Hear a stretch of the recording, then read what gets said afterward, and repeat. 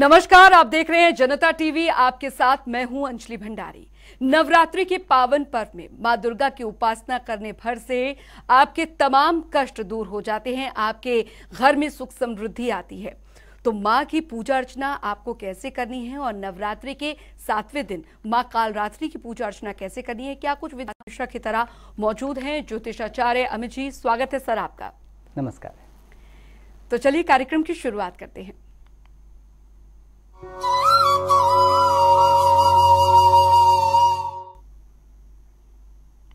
नवरात्रि का 7वां दिन मां कालरात्रि की पूजा कैसे करें आप और क्या है आज के दिन का महत्व, देखिए रिपोर्ट आप। आज मां के 7वें रूप की आराधना की जाती है। मां दुर्गा 7वीं शक्ति कालरात्रि के नाम से जानी जाती है। मां कालरात्रि का स्वरूप देखने में अत्यंत भयानक होता है, लेकिन ये सदैव शुभ फल देने वाली होती है और इसी कारण इनका नाम शुभंकरी भी है। इनके साक्षात्कार से व्यक्ति पुण्य का भागी हो जाता है। दानव, दैत्य, राक्षस, भूत प्रेत आदि इनके स्मरण मात्र से ही भयभीत होकर भाग जाते हैं। ये गृह बाधाओं को भी दूर करने वाली मां है। नवरात्र के 7वें दिन मां कालरात्रि की आराधना की जाती है। इस दिन साधक का मन सहस्त्रात्र चक्र में होता है।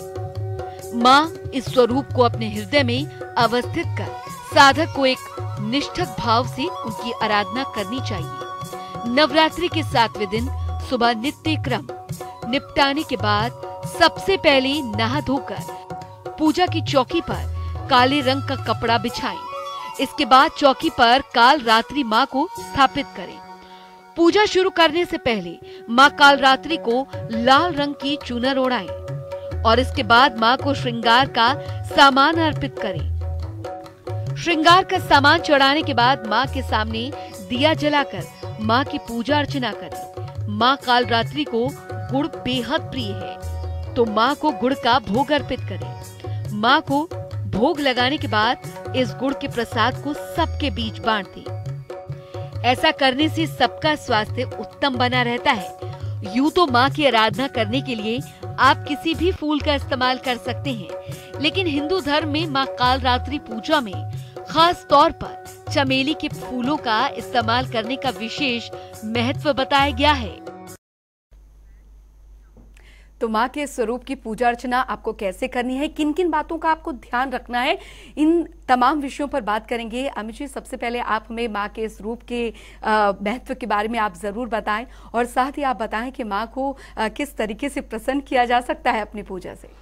देखिए, देवी माँ का जो ये रूप है ये बहुत भयंकर रूप है, बहुत ही भयंकर रूप है और रक्षा करने में बड़ा ज़बरदस्त तरीके से सक्षम है इनका ये रूप।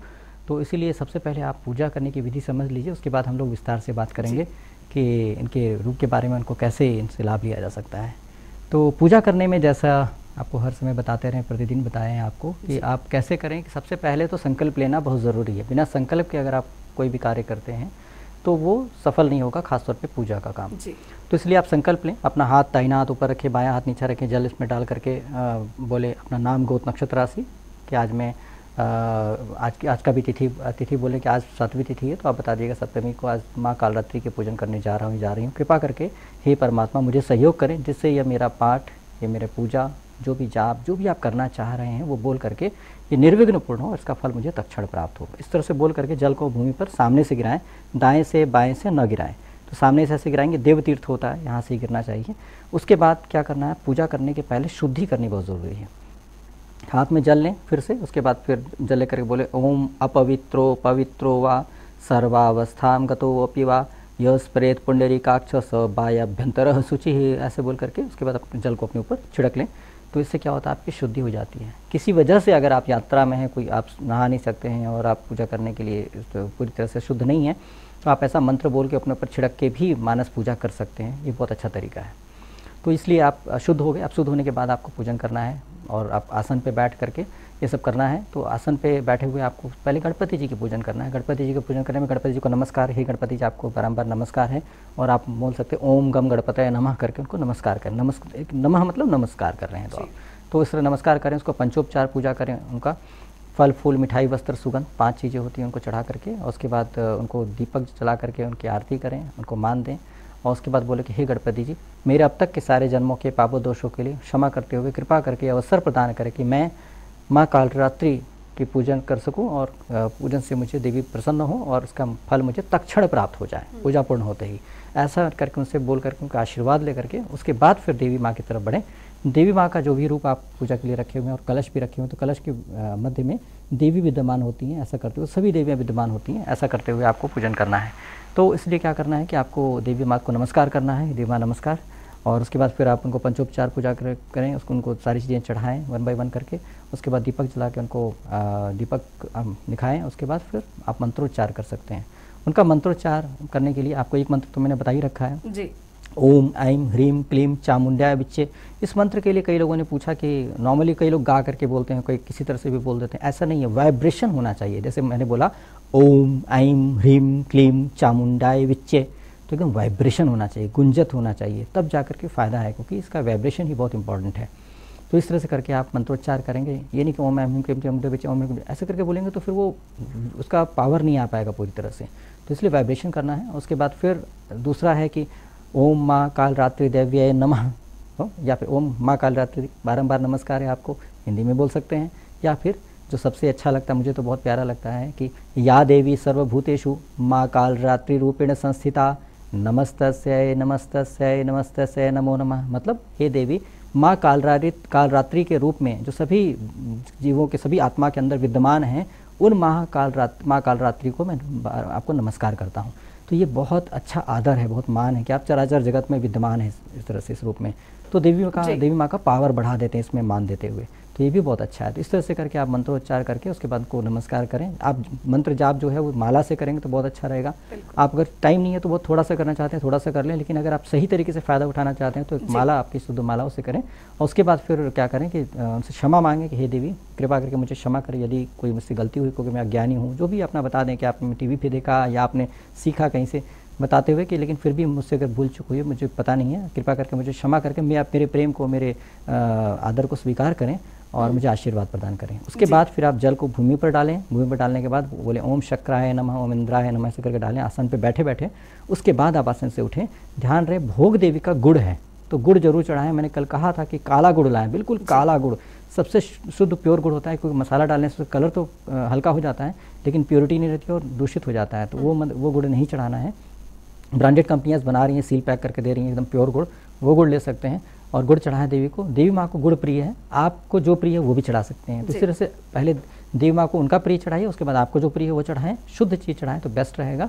और उसके बाद फिर आप वहाँ से हट जाएं थोड़ी देर, फिर थोड़ी देर के बाद आकर के फिर प्रसाद ग्रहण करेंगे तो ज़्यादा अच्छा रहेगा। तो इस तरह से देवी माँ के पूजन करें। और ये देवी का बहुत उग्र रूप है, बहुत पावरफुल रूप है, इसीलिए मैंने पूजा की विधि आपको बहुत सावधानी से बता दिया। ठीक तरीके से पूजा कीजिएगा, लापरवाही गलती मत कीजिएगा, जूठा गंदा मत चढ़ा दीजिएगा कि देवी माँ बिल्कुल उग्र हैं और इनको शांत करना बड़ा मुश्किल होगा अगर आपने इनको छेड़ दिया तो। जी, तो ये बात है। जी बिल्कुल। अमित जी, आपने भोग के बारे में भी बताया कि माँ कालरात्रि को किस तरीके से आपको भोग लगाना है और किन किन बातों का ध्यान रखना है। और जैसा कि हमेशा हम अपने दर्शकों के लिए करते हैं कि जो अगले दिन माँ का अब अगला रूप है महागौरी, जो माँ का रूप है 8वां स्वरूप है, उनके भोग के लिए क्या कुछ तैयारियां पहले से करके रखें? उनके लिए नारियल लेकर रखना है आपको। नारियल पानी वाला नारियल होता है ना, जटा वाला नारियल, जिसको पानी की आवाज़ आती है, वो वाला नारियल लेकर रखिएगा। देवी माँ को चढ़ाना है। बहुत ही प्यारा रूप है देवी का, बहुत सुंदर रूप है महागौरी। तो इसमें क्या है कि गौर वर्ण रूप है देवी का, तो उस प्यारे रूप के लिए आप नारियल लेकर रखिएगा पहले से ही, क्योंकि इतनी आसानी से नारियल कई बार पूजा के समय नहीं मिल पाता, मार्केट में ख़त्म भी हो जाता है कई दुकान में। तो आप पहले से ही इंतजाम करके साफ़ सुथरा शुद्ध लेके आइएगा तो अच्छा रहेगा। जी बिल्कुल अमित जी, क्योंकि माँ कालरात्रि का रूप आपने जैसे कि बताया और इस रूप के बारे की जो विशेषताएं हैं वो भी हमें हमारे दर्शकों को बताएं, क्योंकि माँ कालरात्रि उनके नाम से प्रतीत होता है। और मैंने कहीं पढ़ा था कि जो दुष्टों का संहार करती है और जो ऐसे लोग जो कि कई बार ऐसे परेशान होते हैं कि उनका कोई ना कोई अहित किया जा रहा है, उनके लिए वो किस तरीके से पूजा अर्चना करते हैं ताकि उनके जीवन में जो विघ्न आ रहा है उसे कम से कम दूर किया जा सके। देखिए क्या है, देवी का ये रूप इतना भयंकर है, इनको मतलब काल रात्रि इनका नाम है। काल रात्रि मतलब काल मतलब बिल्कुल काल, जब जो इसको मौत कहते हैं, मृत्यु, तो काल की रात्रि वाला रूप है। मतलब इनको देखने के बाद बस अंत ही हो जाएगा, ऐसा देखते ही व्यक्ति का लगता है कि प्राण निकल जाएंगे, इतने भयंकर रूप है इनका। तो ये इस भयंकर रूप से करती क्या है, अशुभता का नाश करती है और शुभता करती है, इसलिए शुभंकरी कहते हैं, शुभ करने वाली देवी। तो ये देवी हैं तो बहुत अच्छी, अगर आप पापी हैं तो आपकी हालत खराब हो जाएगी, क्योंकि आपको खुद ही भय उत्पन्न होगा। क्योंकि पाप करते समय हर मनुष्य को, हर आत्मा को पता होता है कि मैं जो कर रहा हूँ ये गलत है, उसकी आत्मा जानती है वो गलत है। क्योंकि अभी आप टीवी पे भी देखेंगे जो बहुत सारे अपराधियों अपराधियों का जब इंटरव्यू होता है तो वो कहते हैं कि मैं जब शुरू में अपराध किसी का मर्डर किया तो शुरू में मुझे बुरा लगा, अच्छा नहीं लगा, मतलब मुझे दिक्कत होती थी, धीरे धीरे आदत पड़ गई, धीरे धीरे उसका मन मर जाता है, उसको आदत पड़ जाती है। लेकिन हकीकत में, सच्चाई में तो उसकी आत्मा जानती है वो कर रहा है वो बहुत गलत है, पाप है। मैंने भी कई लोगों को, अपराधियों से मुलाकात हुई, जो हमारी कई जेल में कई कुछ अच्छे काम के लिए हुआ था कि इनको कुछ समझाना है अच्छी बातें ताकि धर्म के रास्ते पे चल पड़े, पवित्रता में चल पड़े। तो उनसे मैंने पूछा कि आप मर्डर करते हो तो आपको बुरा नहीं लगता? बोलता है कि जब मरता है कोई व्यक्ति, पहली गोली मारने के बाद जब मरता है, तड़पता है तो बहुत तकलीफ होती है, बहुत, तो आंख बंद करके गोली चलानी पड़ती है। मतलब क्या है, पापी जब पाप करता है उसको पता होता है कि मैं पाप कर रहा हूँ, लेकिन वो बस किसी भाव में आकर के करता है। तो ऐसे व्यक्ति के सामने जब माँ कालरात्रि आ जाती है तो उसको पता है कि अब तो बच नहीं सकते, तो वो क्या खुद ही स्वीकार करता है कि मैं पापी हूँ और खुद ही दंड मांगता है और खुद दंडित, मतलब खुद ही अपना त्यागता है सब कुछ। तो क्या है कि यहाँ पर ध्यान रहे कि आपको पाप नहीं करना है, ऐसा संकल्प लेना चाहिए आज के दिन। ऐसा संकल्प ले कि मैं पाप नहीं करूँगा, ऐसा संकल्प लें तो फिर देवी माँ के सामने जाएं, उनकी पूजा करें। नहीं तो आपकी बस की नहीं है पूजा करना। अगर आप पाप के मार्ग में चल रहे हैं और सोचते हैं देवी माँ की पूजा करेंगे तो बस आपके बस में नहीं है, आपको दिक्कत हो जाएगी जी। यदि आप डिसाइड कर लेते हैं हम पाप नहीं करेंगे तो आपको देवी माँ सहयोग करेंगी। फिर क्या करेंगे, देवी माँ अच्छे रास्ते पे चलना चाहते हैं तो बहुत दिक्कतें भी आती हैं, बहुत बुरे लोग मिलेंगे, तकलीफ देने वाले लोग मिलेंगे, धमकी देने वाले लोग मिलेंगे। देवी माँ से प्रार्थना करें, उनसे रक्षा मांगी, हे देवी माँ धर्म में चलना चाहता हूँ, सच्चाई में चलना चाहता हूँ, पवित्रता में चलना चाहता हूँ, कृपा करके मेरा साथ दें, मेरे दुश्मनों का, शत्रुओं का नाश कर दें, आप संभाल लें सबको। तो आपको संभालने की ज़रूरत नहीं पड़ेगी, वो खुद ही संभाल लेंगे। और आप देखेंगे कुछ समय बाद कि उन लोगों का कुछ ना कुछ बहुत ज़बरदस्त बुरा होने लगेगा। अगर कोई व्यक्ति आपको मारने आ रहा, रास्ते में उसी का एक्सीडेंट हो जाएगा, इसको ही पकड़ के कोई पीट दिया, ऐसे बहुत बार बातें हुई हैं, मैंने देखा है कि लोगों के साथ कि उनको मारने के लिए लोग गए और पता रास्ते में गुस्से में आ रहे थे हथियार लेकर के, और रास्ते में पता चला कुछ लोग मिल गए, उनसे ही झपट पड़े और वही लोग आपस में लड़ झगड़ा करके वहीं पर निपट गया मामला, आगे नहीं आ पाए। तो ऐसे ऐसे करके देवी ने बचाया है लोगों को। तो इसलिए क्या है कि देवी माँ का ये रूप इतना भयंकर है कि इनके बाल बिल्कुल बिखरे हुए हैं, इनकी आंखें गोल गोल बड़ी बड़ी 3 आंखें हैं, गोल गोल हैं बिल्कुल, इनके मुख से ज्वाला निकले, मतलब सांस से ज्वाला निकलती है, इनके गले में मणि की चमकती हुई माला है और ये गधे की सवारी कर रही हैं और बहुत ही भयंकर भयभीत कर देने वाला इनका रूप है। तो इस तरह से करके देवी का जो रूप है ये बहुत ही भयंकर है। मतलब आप ये कहिए कि हे देवी माँ दर्शन दो, तो आप सोच लीजिए आपके अंदर हिम्मत है देवी के दर्शन करने के। यदि आप हिम्मत नहीं है तो ये भूल के मत बोलिएगा देवी माँ दर्शन दे दो, बोलिएगा देवी माँ आशीर्वाद दो, रक्षा कर दो, इतना ही बोलिएगा, दर्शन की बात नहीं करिएगा यदि हिम्मत नहीं है तो ये रूप है देवी का। और देवी का रूप आपको डराने के लिए नहीं है।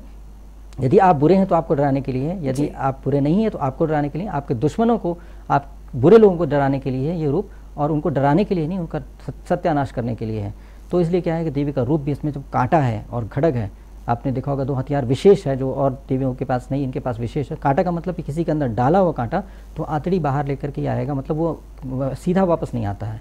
तो इस तरह से मतलब वो किसी भी तौर पे क्रूरता से उस व्यक्ति का, क्योंकि पापी इंसान क्रूरता डिजर्व करता है। कोई इंसान 10 व्यक्ति को क्रूरता से मारा है तो उसको एक बार तो उसकी जान भी तो क्रूरता से ही जानी, तभी उसको पता लगेगा कि क्रूरता क्या होती है। तो इस तरह से वो दंडित करने वाली देवी है, जस्टिस की देवी एक तरह से कहा जाए। जी बिल्कुल। तो यानी कि देवी माँ का आशीर्वाद अगर आपके सर पे है तो आपका कोई कुछ बिगाड़ नहीं सकता, लेकिन हाँ सच्ची जो भावना है वो आपके मन में हो और दूसरों का अहित करने का जो भाव है कम से कम वो अपने मन में मत रखिएगा, क्योंकि तभी कहा जाता है कि अपने कर्मों का जो फल है वो इंसान इसी जन्म में भुगतता है, अगले जन्म में नहीं भुगतता है। अमित जी, क्योंकि अब माँ कालरात्रि के स्वरूप की भी बात हुई, उनके पूजा की बात हुई कि किस तरीके से पूजा विधि विधान के साथ की जा सकती है, भोग क्या हो ये भी हमने बात करी है, शुभ रंग भी बता दीजिए। देखिए आज के लिए जो शुभ रंग है वो रंग सफ़ेद है। ये मत सोचिएगा कि पिछली बार कुछ और बताया था, ये कैलकुलेशन के हिसाब से होता है। तो आज के लिए सफ़ेद पहनना बहुत ही फ़ायदेमंद रहेगा। और एक और बात बताएं कि जैसे आपने कहा वो बिल्कुल सही कहा, क्योंकि दुनिया में ऐसा ही कहा जाता है कि जो पाप करते हैं उसका इसी जन्म में भुगतना पड़ता है, लेकिन ऐसा नहीं है। इस जन्म में भी भुगतना पड़ता है, अगले जन्म में भुगतना पड़ता है, क्योंकि अभी जो आप भुगत रहे हैं वो ज़रूरी नहीं कि इसी जन्म में आपने पाप किया हो। बहुत बार लोग बहुत अच्छा करते होते हैं, बहुत अच्छे इंसान होते हैं, फिर भी कहते हैं मेरे जीवन में कष्ट क्यों, मेरे जीवन में तकलीफ क्यों। जब पिछले जन्मों में जाते हैं तो पता चलता है कि पिछले जन्मों में उन्होंने ये पाप किया था, वो पाप किया था, जिसका दंड इस जन्म में मिल रहा है। क्योंकि मैंने आफ्टर डेथ रीबर्थ पे भी बहुत रिसर्च किया है, और अब मैंने अपना 16 जन्म भी देखा है, और मैंने देखा है कि इस जन्म में तो मैंने बुरा नहीं किया किसी का, लेकिन फिर भी जो पिछले जन्मों में मैंने किसी कुछ बुरा किया था, पाप किया था, उसका फल मुझे इस जीवन में मिलता है। और पिछले जन्म में जो पुण्य किया था उसकी वजह से मैं ज्योतिष का कार्य कर रहा हूँ, आपके सामने बैठा हूँ। तो ये पिछले जन्म का पुण्य है, इस जन्म का पुण्य नहीं, जिसकी वजह से मैं आपके सामने बैठा हूँ। तो इसलिए इस जन्म में भी अगर अच्छा करूँगा तो अगला जन्म भी अच्छा होगा, ये जन्म भी अच्छा होगा। ये ध्यान रखें, जैसे कि आप इंश्योरेंस कराते हैं, LIC कराते हैं, लाइफ इंश्योरेंस कराते हैं, तो उसका फल आपको पूरी तरह से बेनिफिट पूरा नहीं आता है, जब मरने के बाद परिवार को मिलता है। तो ये आपने ज़िंदगी में पैसा जमा किया, मेहनत करके, उसका फल आपको नहीं, आपके परिवार को मिला। इसी तरह से बहुत सारे कर्म ऐसे होते हैं जो आप इस जन्म में करते हैं, उसका फल अगले जन्म में मिलता है। तो इस तरह से करके कर्मों की थ्योरी बहुत कॉम्प्लिकेटेड है। आसान है यदि आप सच्चे हृदय से सच्चे कर्म करते हैं तो कोई कॉम्प्लिकेटेड नहीं है, लेकिन अगर आप पाप करते हैं तो बहुत ही कॉम्प्लिकेटेड कर देते हैं ज़िंदगी को। इसीलिए सबसे अच्छा तरीका है सरल इंसान बने, प्यार से दिल को भर के रखें, सबके लिए परोपकार करें, अच्छा करें, जो आत्मा का है वही करें। किसी का अगर बुरा करने का हो रहा है, सिचुएशन आ गई बुरा करना है, तो देखिए क्या मेरी आत्मा स्वीकार करती है? अगर आत्मा स्वीकार नहीं करती वो कार्य कभी मत करिए, क्योंकि अंतरात्मा में परमात्मा होते हैं, और परमात्मा से पूछ करके, अंतरात्मा से पूछ के वो कार्य करेंगे तो आपका जीवन में कभी भी पाप नहीं होगा, और आपके जीवन में कभी बाधा नहीं आएगी, और सभी देवी देवता सभी आपके सहयोग करेंगे, परमात्मा का भी सहयोग मिलेगा, आपके पितर आपको सहयोग करेंगे, आपका परिवार सहयोग करेगा। इवन समाज में लोग कहेंगे कि ये बहुत अच्छे इंसान है, ये इनको तो कभी बुरा नहीं करते किसी का, लोग आपकी गारंटी लिया करेंगे। तो इसलिए कोई बुराई नहीं है, आपको इसलिए कॉन्फिडेंस दे रहे हैं, आपको अच्छे बनने के लिए इसलिए बोल रहे हैं कि मुझे विश्वास है कि यदि आपके साथ कोई अहित करेगा तो माँ कालरात्रि आपकी रक्षा कर सकती हैं, और कालरात्रि का दिन है, अच्छाई पे चलते रहिए, माँ कालरात्रि से सहयोग लेकर के आपको कोई जरूरत नहीं पड़ेगी पाप करने की। जी जी बिल्कुल, देवी माँ के हर रूप की जो शक्तियां हैं वो अपने भक्तों की तमाम मनोकामनाएं जो हैं वो पूरी करने वाली है, अगर भक्त के मन जो है वो सही आचरण में है और साथ ही साथ दूसरों का हित कभी नहीं सोचता है। अमित जी, क्योंकि बात यहाँ पर माँ के इस रूप की हो रही है, माँ कालरात्रि के रूप की हो रही है, हमने बात यहाँ पर करी कि क्या करना चाहिए, लेकिन पूजा के दौरान कई ऐसी चीजें होती हैं जो हो सकता है कि नासमझी में हमसे गलती से हो जाए। उसके लिए आपने बताया हर बार कि माँ से सच्चे मन से माफी मांग लीजिए कि कुछ ऐसा अहित हुआ हो तो माफ कर दीजिए माँ, लेकिन हमें पूजा के दौरान और खासकर जब उन्हें हम भोग अर्पित करते हैं या उनकी थाली में क्या क्या चीजें जो है वो होनी चाहिए, और जो मामूली गलतियां जो कई बार हो जाती हैं, क्या नहीं होना चाहिए पूजा के दौरान, वो भी हमारे दर्शकों को बताइए। देखिए क्या है कि देवी माँ कालरात्रि का रूप भयंकर देख करके और आप गधे की सवारी कर रही हैं, तो ऐसे करके आप उनको इंसल्ट मत कीजिएगा, कभी भी इंसल्ट मत कीजिएगा। लोग कई बार मजाक बना देते हैं, कई बार कुछ करते हैं, तो ऐसा तो भूल के मत करिएगा। देवी माँ, आप घर में जैसे देवी माँ जो कर रही हैं वो उसका एग्जाम्पल आपको देते हैं। आप अपने घर में कभी गंदा हो जाए, जब अगर बच्चा कोई आप घर में पॉटी कर देता है तो माँ क्या करती है, हाथ उसका पॉटी साफ करती धोती है, तो क्या वो जमादारन हो जाती है या स्वीपर हो जाती है?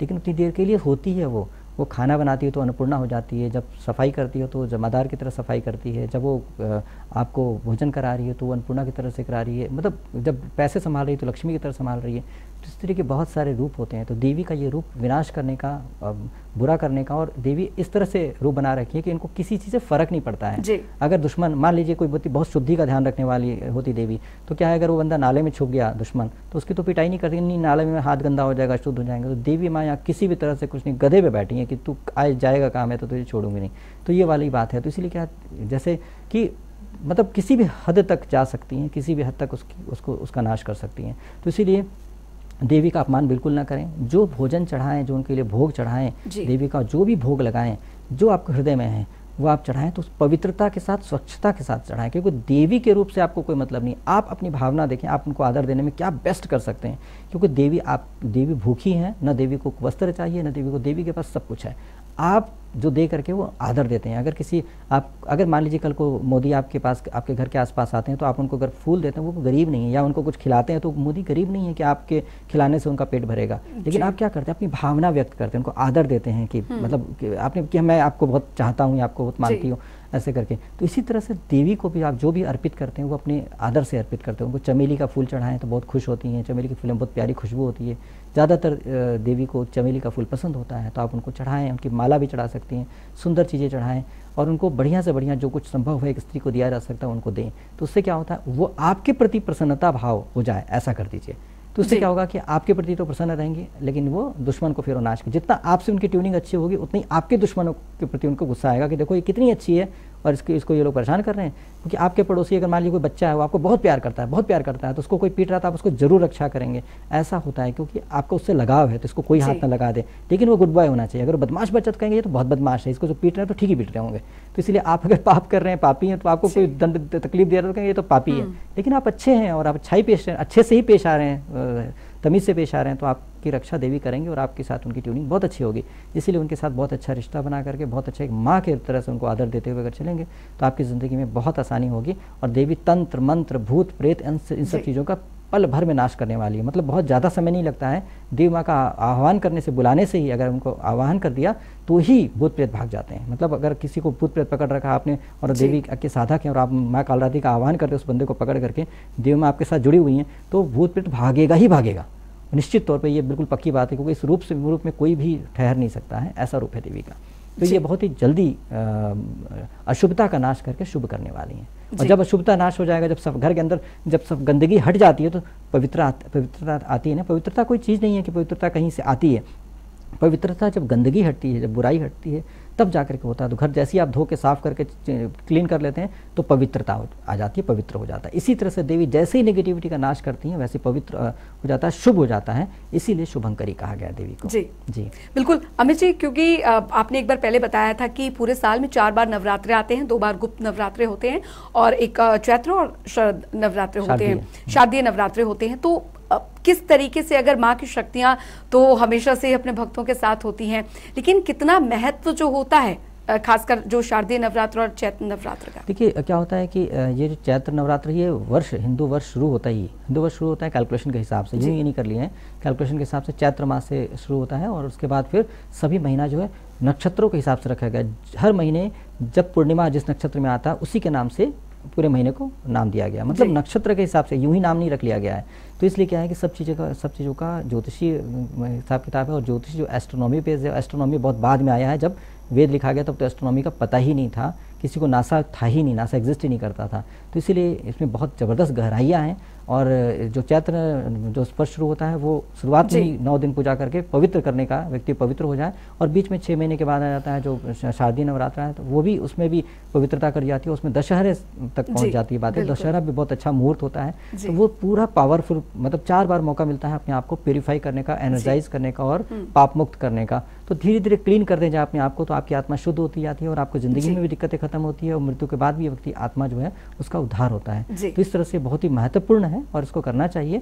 और साथ साथ देवी के जो पूजा करता है उसके परिवार में, घर में कोई भी तरह का दोष नहीं आ पाता है। कोई भूत प्रेत भी अगर भटकते हुए, कई बार भटकती आत्माएं पहचान कर देती हैं, ये हकीकत होता है, तो आ ही नहीं पाती हैं डर के मारे कि देवी की रक्षा में है, देवी की निगाह उस पे है। तो वो परिवार पूरी तरह से सुरक्षित होता है जहाँ पर देवी की पूजा की जाती है। लेकिन ध्यान रहे, देवी की बहुत ज़्यादा पूजा करना है तो संभालने की क्षमता आपके अंदर होनी चाहिए। कि वो देवी अगर साक्षात दर्शन ही दे दिया देवी ने आपको तो आपकी हालत खराब हो जाएगी। तो यूं ही मजाक में ना करें, जब तक गुरु ना मिले तब तक देवी की साधना न करें, नहीं तो फंस जाएंगे आप। बिल्कुल। तो माँ कालरात्रि की पूजा अर्चना आपको कैसे करनी है, किन किन बातों का ध्यान रखना है, ये आपने सुना। बहुत बहुत शुक्रिया अमित जी, आप हमारे स्टूडियो में आए और हमारे दर्शकों को बहुत सारी जानकारियां आज के दिन के लेकर दी हैं। तो आपने जाना कि माँ कालरात्रि के स्वरूप की पूजा अर्चना आपको कैसे करनी है और कैसे आपकी तमाम मनोकामनाएं जो हैं वो माँ कालरात्रि पूरी करें और भक्तों पर आशीर्वाद उनका हमेशा बना रहे। चलिए इसी के साथ इस कार्यक्रम में अभी के लिए फिलहाल इतना ही। मुझे दीजिए इजाजत। जय माता दी।